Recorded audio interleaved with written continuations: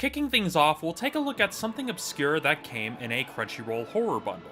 We Are Going to Eat You is a 1980 action horror comedy directed by Tsui Hark, who is best known for his work on the Once Upon a Time in China film series, with fight choreography provided by Corey Ewan. The film follows a pretty simple premise as Agent 999, played by Norman Chu, is in pursuit of a notorious bandit named Rolex and winds up on an island inhabited by deranged cannibals. Hijinks ensue.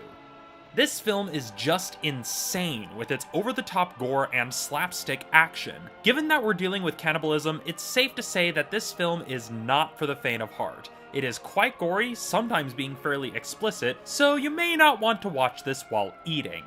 As for the action, it's classic Hong Kong cinema with elaborate set pieces and well-timed choreography. As such, don't go into this film expecting any sort of realism, as it pulls more from wushu than anything else.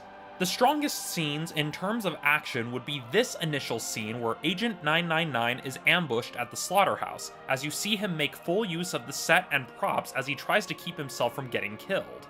This scene is then topped by the final fight between the agent and the chief, as we see the two fight over a guandao in a very brutal fight in which the two fighters are slowly worn down.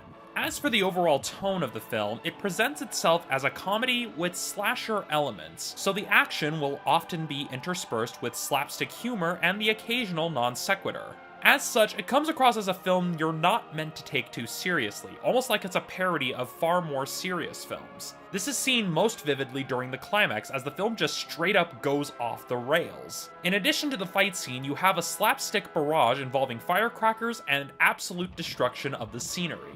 It's kind of a shame, really, that after all of that, the film ends on a really dark note.